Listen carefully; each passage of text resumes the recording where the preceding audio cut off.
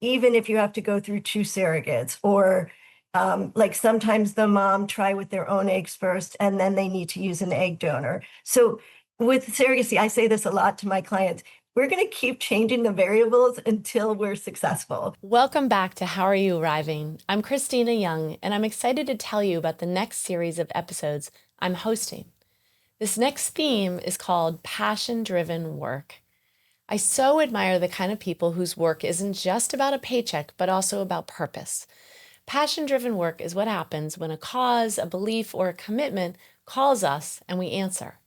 Some jobs we choose because they're practical. Others choose us because of what we believe in, who we want to help, or the difference we hope to make. Those are the stories we're diving into. What does it look like when work is fueled not only by skill, but by conviction? When what we do is tethered to what matters most to us. Welcome to How Are You Arriving? Conversations with Christina Young. After 13 years of leading weekly parenting groups, I'm bringing my favorite question to the mic. How are you arriving? These honest conversations go beyond small talk into family dynamics, parenting, wellness, tough decisions, aging, and what it means to live authentically. If you're craving real talk with heart, you're in the right place. Welcome back to How Are You Arriving? I am delighted to have a dear old friend, Sandra Lippard, joining us on the podcast today. Hi, Sandra. Hi, Christina. Nice to be here. Oh, well, we are talking about something fascinating to me today, and I'm doing a series right now on passion-driven work. And when I thought about who I might like to interview for this, Sandra's name came to mind immediately. And I want to tell you a little bit about Sandra first, and then I'm excited to hear from her. Sandra lives in Bethesda, Maryland with her husband and her 15-year-old twin girls. Her first career was in product marketing for high-tech companies. After her children were born, she took some time off to reevaluate her priorities, and then she switched gears to work in a field that made a difference in her own life.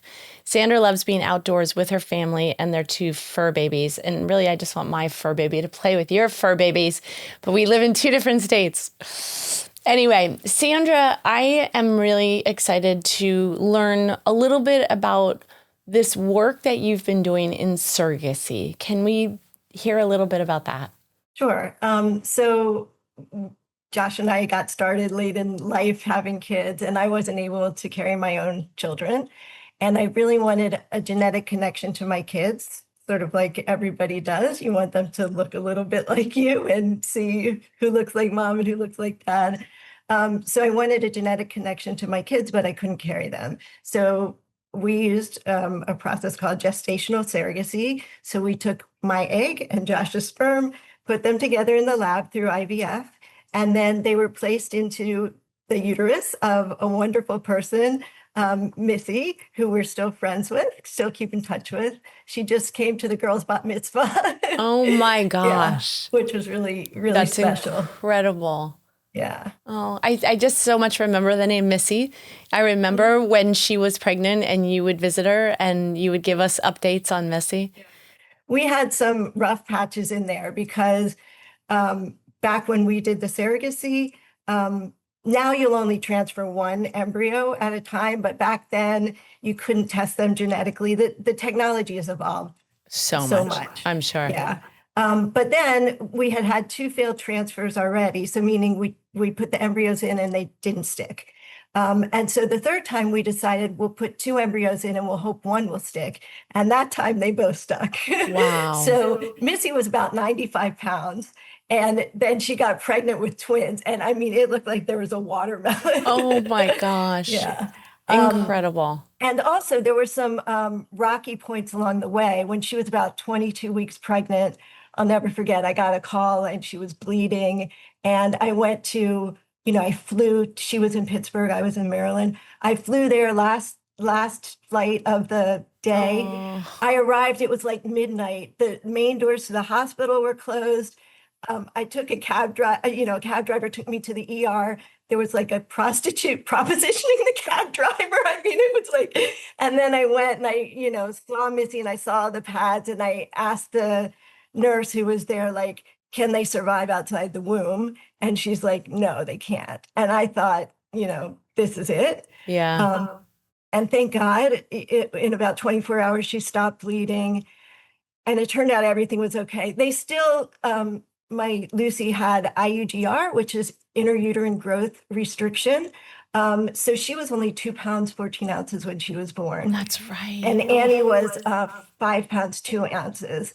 And they were born 6 weeks early. So I feel like, when my clients have a rocky patch, I really understand, where they're coming from and what's at stake. Of course. Were they able to explain to you and to Missy what caused the bleeding, or no? No, not really. We think it may have been, we did some, because you couldn't do the genetic testing like you can today, so today, I don't know how much you want me to get into the detail. Yeah, but I'd it's love to hear. fascinating. Yeah.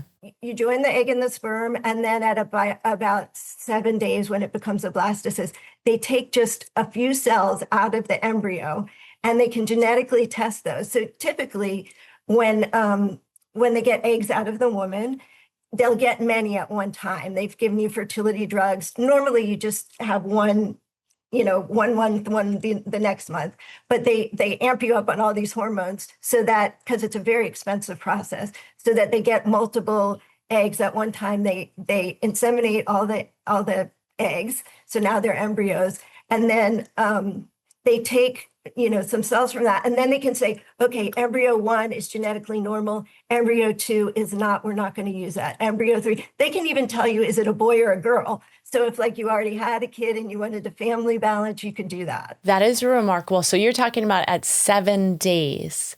Yes. Before it even goes in the womb. But Yeah. That's remarkable. Yeah, it's fascinating. So anyway, they couldn't do that at the time when, 15, 16 years ago. Right. So we had some testing.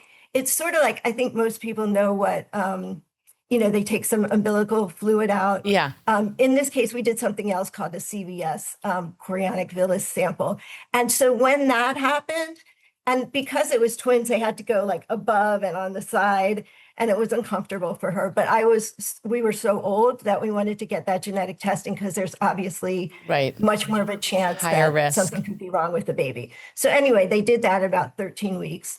And we think maybe that created a little pocket of blood when that sort of happened.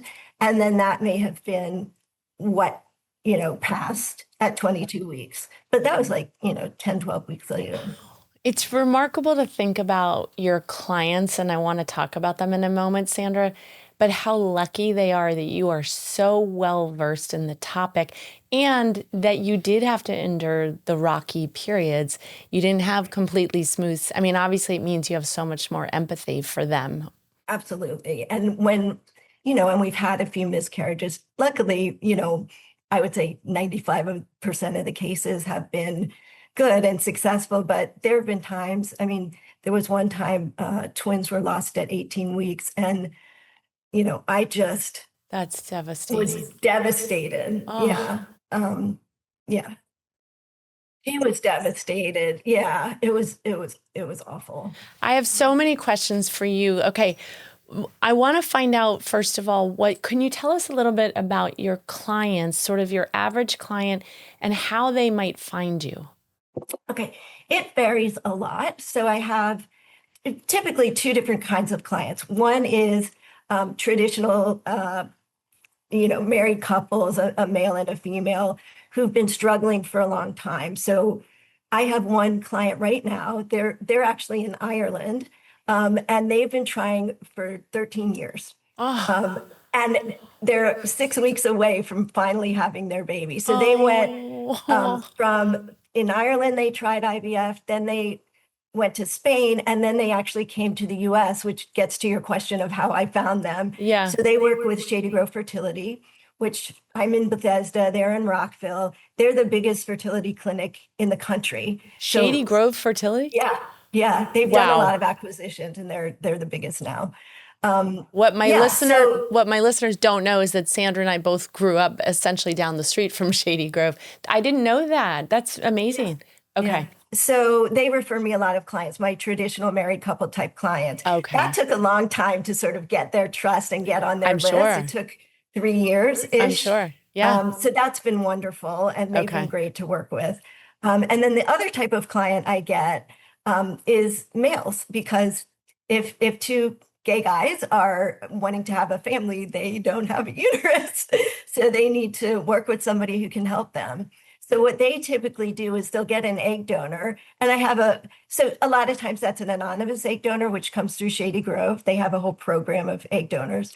But a couple I'm working with right now, one of the guy's sister is contributing the eggs, and the other guy's contributing the sperm. So in that case, they'll be genetically related to both of the Oh, dads. But a lot of amazing. times, if you don't have the sister who's willing to donate the egg, Yeah. a lot of guys, if they're planning on having more than one child, they'll get the eggs, and then they'll inseminate half with each dad's sperm.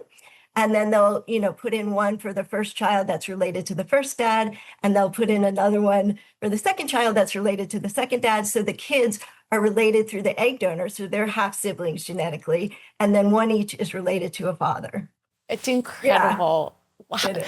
Okay. But that I feel so good about, because I feel like, I'm enabling people who weren't, 50 years ago able to have kids to be dads and be a family and do everything that everybody else can do They and must have a be, genetic link to their kids. yeah. How do they express their gratitude to you? Yeah, it- it's wonderful. I just went to a first birthday party for a little guy who has two gay dads. And I can't tell you, there's family flew in from everywhere. Like, they were so supportive and so like committed. And I met both sets of grandparents. Oh, I love that you get to see the fruits of your labor, pardon the pun, but like you actually get to see Labor. the happiness on the other side of all of the work. Yeah, it's nice. I So also want to understand how you find the surrogates. And I have so many questions about the kind of woman who is willing to do that. we find them, the best is somebody who's been a surrogate for us before, Of because she's course. proven and we know her very well. So Yeah. that's the best. Yeah. The second would be a friend of one of the surrogates, so sort of word of mouth. And then the third way is through, like everything else today, Facebook groups, Facebook ads, Google ads. And then, that sounds like uh, but then we do screening. So we do a lot of screening. We I'm do sure. criminal background check for the surrogate and her spouse. I do a home visit, which not all agencies do, but I'll actually go to the surrogate's home wherever she lives, me or somebody who works for me, and just make sure it's a safe environment. They are who they say they are. Just you can get a good feel about somebody just by going into their house, especially when they have young kids, because you can't fake it Yeah. with young kids. So, So true. if the kids are well behaved and, look healthy and all of that, then we also do a pretty intense psychological screening. So we'll have the surrogate and her husband meet, just them with a psychologist or a psychiatrist. Then we'll have the surrogate and her spouse meet with her, and then they'll do a joint session together. So they'll get a chance to talk it through on either side, and then they'll talk together. And we have had people, usually, I mean, I think we've had one or two in the, 13 years that I've been doing it, who haven't passed the psychological screening, because we do a pretty good job on the front end screening them ourselves. And So after important. doing it for so long, I have a really good feeling I'm for, sure.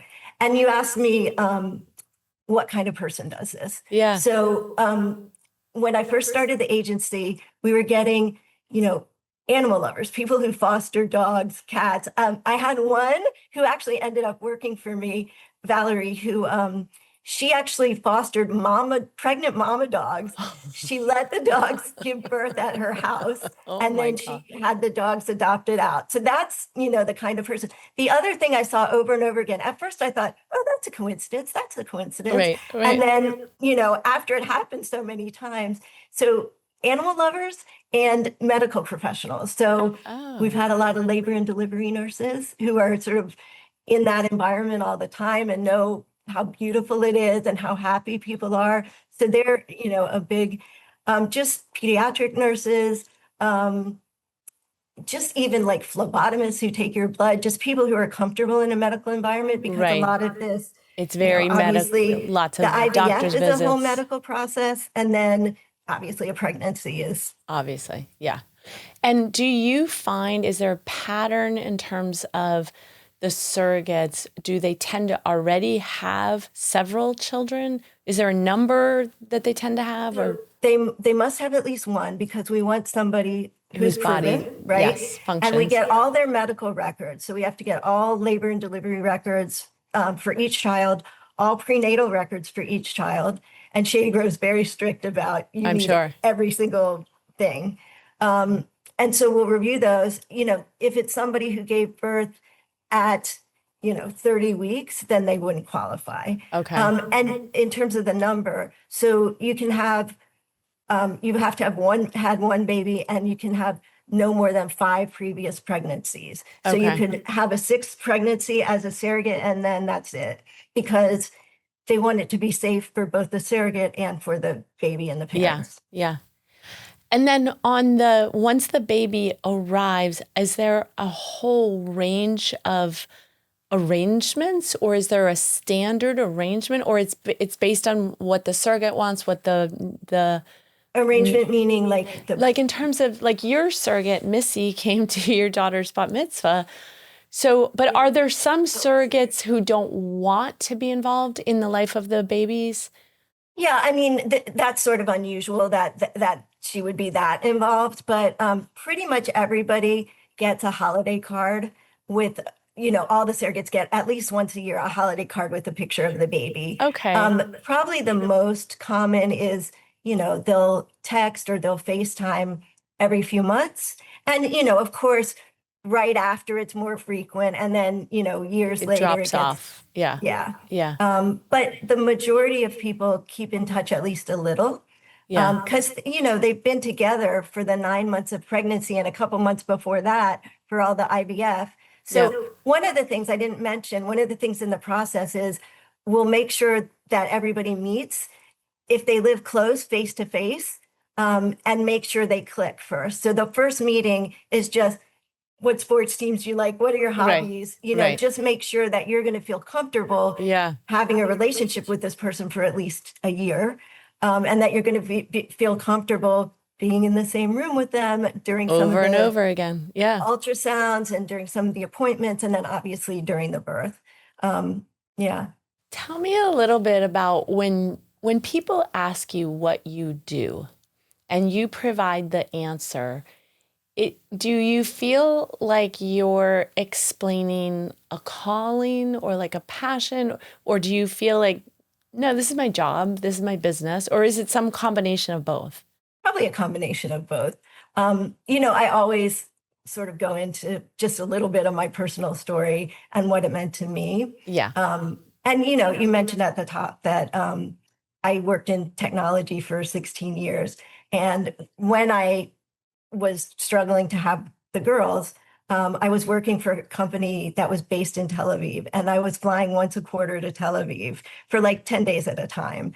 And, once the girls were on this earth, after trying so hard and going through so much to have them, I didn't want to do that anymore. So I took like a year off, and, I had twins, and one, they were preemies. And so that, took a lot Intense. of Yeah. time.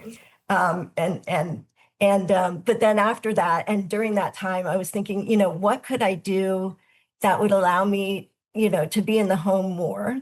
And also something that really spoke to me and, was more of a passion. And I was thinking about it. And then I'm looking at these 2 beautiful babies every day, and I'm saying, this is it. Like, I want to help other people have this. And yeah, and it was sort of born out of that. I mean, it's a beautiful and remarkable story. And it's really just, it's so inspiring to know that the work that you do every day comes from lived experience. And from the heart. And I really care about my clients. And my agency is small, and I keep it that way purposely. Yeah. I get to know everybody. There's some agencies that do, thousands a year. And, I had one couple come to me after an experience like that, and they said, I felt like I was, buying insurance. Oh. Yeah. And so it Yeah. was much more transactional. And for me, it's about the people and the story and the end goal. So I want to talk to you about an organization I really admire here in Miami.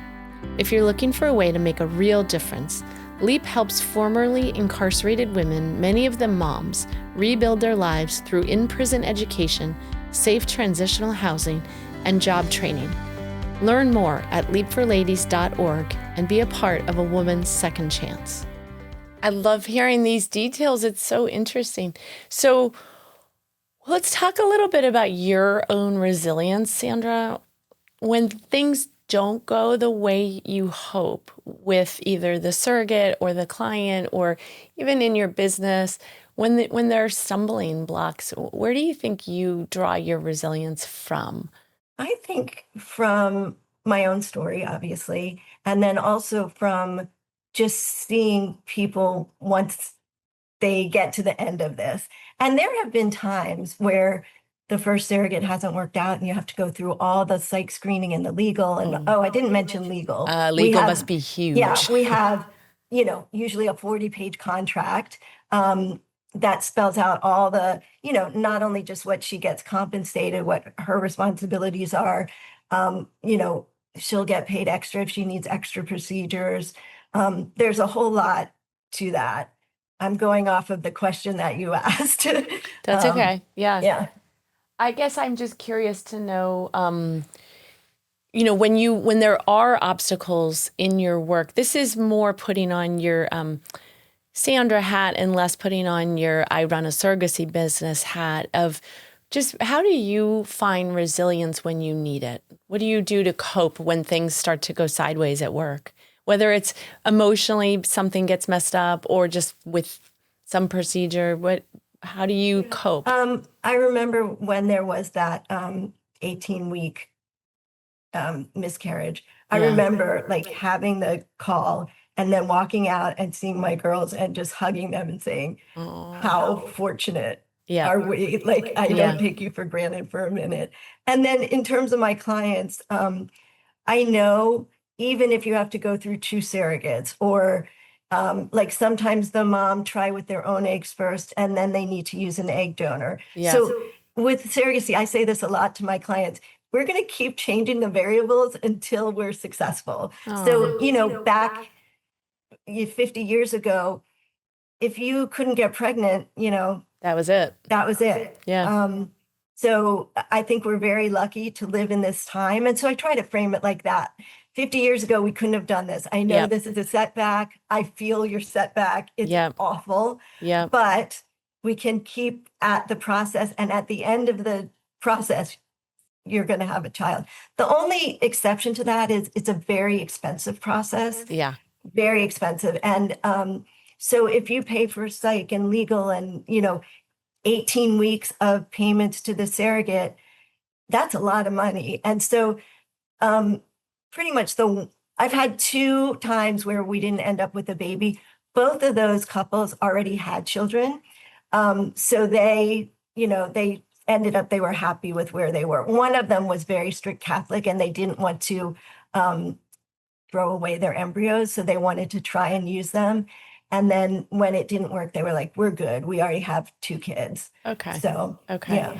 I mean, it must be fascinating also to get into, there must be conversations about people's religion and philosophical beliefs and so many value-laden conversations. Yes. And with both the intended parents and the surrogate, I mean, every time I call a surrogate, I get the first initial inquiry online and then I walk through, not just the medical, how many kids have you had? How did you carry them to term? Did you have any complications? But also what kind of intended parents do you want to work with?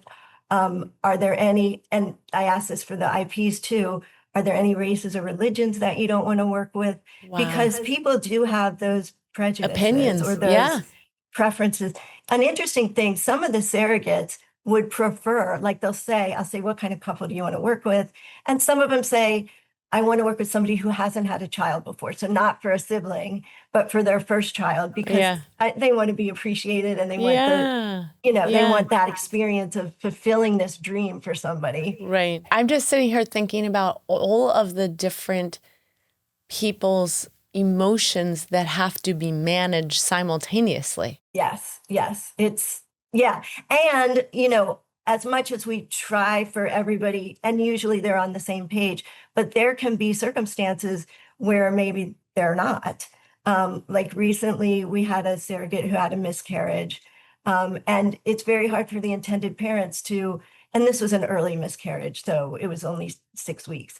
But it's very hard for the intended parents to say, I just had this huge loss, and now I have to pay for her to get a DNC. Oh, And then I have to pay her for having the procedure. So it's touchy in cases like that.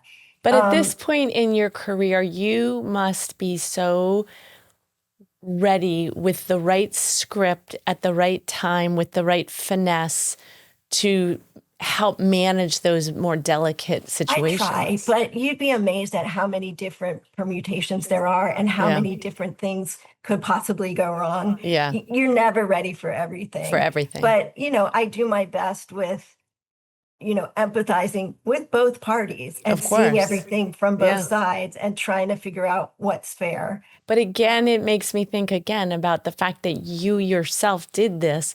It just gives you such a strong foundation to stand on and so much legitimacy when one of your clients is complaining or upset or disappointed. You obviously understand. Right. And I go to that a lot of times, Yeah.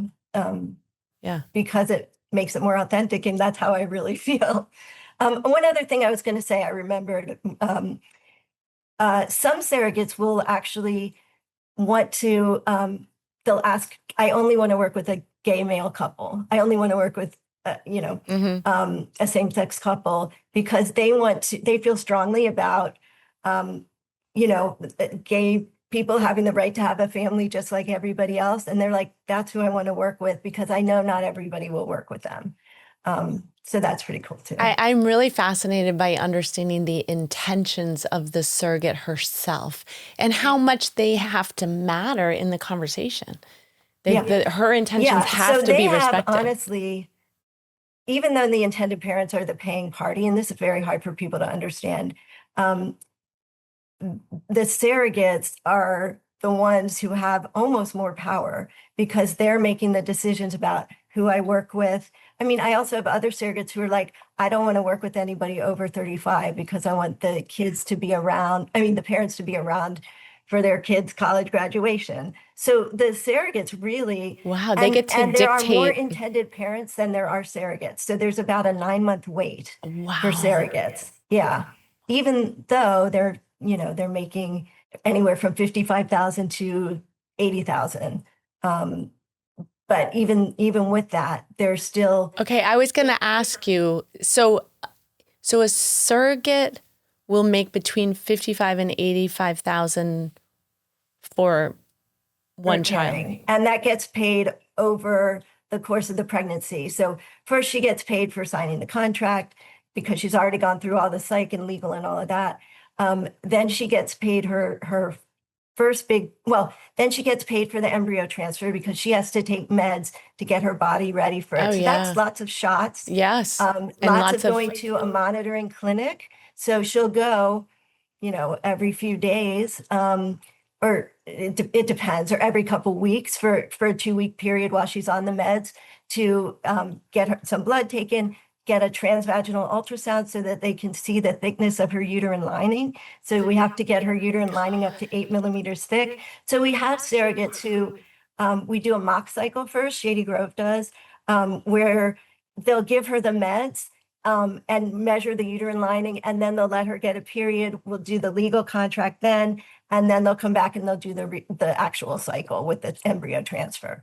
So it's a complex process. And I also know those shots can make somebody very emotional. There can be a lot of highs and lows. Correct. I might even want to argue that she gets paid more. I feel like having done 3 pregnancies myself in the natural way, like it's so much. It's so interesting because there are a lot of people who don't necessarily understand surrogacy, and you'll get, there's always haters, right? Yeah. So you'll get people who say, oh, she's selling her womb or something like that. And it's like, would you go to work if you weren't getting paid? She's putting in the work. She's going through. And it's not 9 to I 5. agree with you. Like, she deserves every bit of Everything, it. everything and more. And I don't want to make it like it's all about the money, because it isn't. The surrogates that we get, they really care, and they love being pregnant, and they love helping other people. And they're those personalities, like I mentioned, the dog lovers and Yes. we have some foster Yeah. parents. So it's not all about the money, but they should be compensated, just Of like course. everyone's compensated when they work. Yeah. Yeah. Would you say that is the most common misunderstanding that you tend to hear about surrogacy? That, and then also people don't necessarily understand the technology of it. So there are people who still think, back in the day, Adam and Sarah in the Bible, there was no IVF. So the surrogate mom was actually using her own egg and then giving up the child. So you're giving up your own child. Right. Some people still think that. Today, surrogacy is called gestational surrogacy, because all she's doing is gestating somebody else's embryo. Yeah. So she's not giving away her own Which child. is an I think a lot of important people who aren't that educated about it think, oh, she's giving up her own child, and they have a problem with that. Yes. So it's a that's not super what happens important today. distinction to make. And because within that are so many values intertwined. Correct. There are still a few, I'd say 5% of surrogacies are what's called traditional surrogacy, where the surrogate uses her own egg. Typically, that's for cost savings. And there are very few surrogates, or, not that many, who are okay with giving up their own child. Yeah. Also, it's much more legally murky. So I will It's not gotta do a be. traditional surrogacy. I'll Okay. only do gestational. I mean, that's good for you that you know that line and you're very clear. Yeah.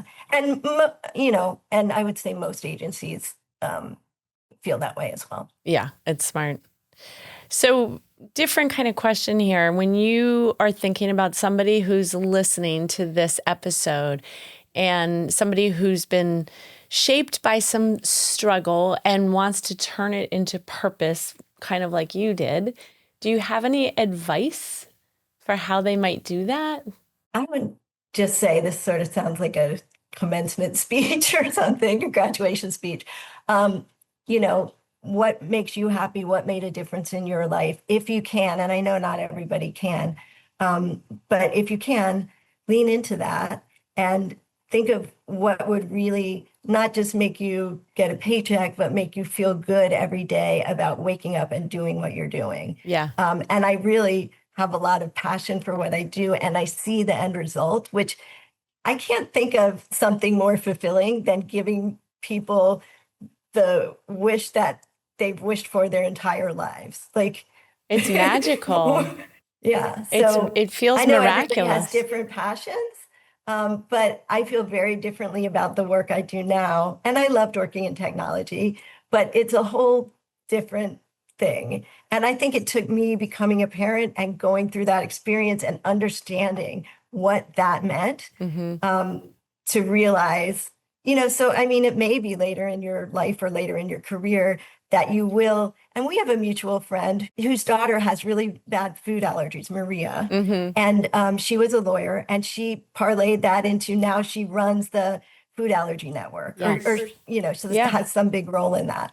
So that might be another good person to interview. I know, actually, that's a great idea. But it's a very unique and just must be incredibly satisfying thing that you care so much about what you do, A, and B, you get to close the loop, which in a lot of work, you don't get to do that. Even in my work, I would say as a therapist, some people keep me in mind long past our work together and will bring me back in the loop. I just got an email recently about somebody whose son was struggling, teenage son.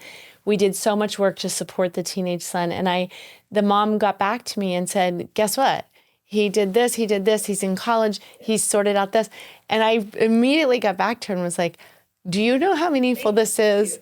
Because I don't always get the opportunity to see how did they apply my advice and where did all of that work that we did together, where did it land? What was the result? Yeah. And I get holiday cards from this is crazy. The first surrogacy that the agency ever did, it was two guys. So they wanted what I described before, a genetic link to each guy. And they put in two embryos and one split. So the first, after all my personal struggles and how hard the twin pregnancy was, then the first agency pregnancy is triplets. I went to the maternal fetal medicine doctor appointments with them. I was like, oh my God. That is wild. Than the surrogate and the dads. Quickly from that one. I did, but I was panicked the whole time. What was the original question? I was just thinking about when somebody is struggling in their life personally. And as you said, our friend Maria is a great example. How do you parlay it into passion-driven work? Because you and I both know passion-driven work allows you to wake up in the morning and say, oh my gosh, I get to go to work today. And I love what I do. Passion-driven work allows you to wake up and be thrilled with your work. And like I always say for my work, like I'm never bored. There's never a moment I'm bored. There's always more I want to learn and understand. And it changes. Like even though you're sort of doing the same thing every day, there's always a different issue. There's always a different challenge. There's always a different personality. Yes. So even though you're sort of nominally doing the same thing, it changes. No journey is ever like the identical. No, but you and I both have the remarkable advantage of working with human beings. And no matter what happens, I mean, we haven't gotten into AI, we don't have time, but no matter what happens with AI, you and I believe in our work, will always be engaging with other humans. And that alone keeps it fascinating and challenging and very rewarding. Agreed. 100%. Yeah. Sandra, thank you so much for joining us today. My pleasure. It was really nice talking about this with you. Oh my gosh, I just loved hearing your perspective. And I have always known for years that this is your work, but this is the first time we've had such an in-depth conversation. And it's so enlightening and just makes me feel like I know you better, even though I've known you for, I don't know how many years, something crazy. Anyway, thank you for your time, Sandra. So nice to see you. My pleasure.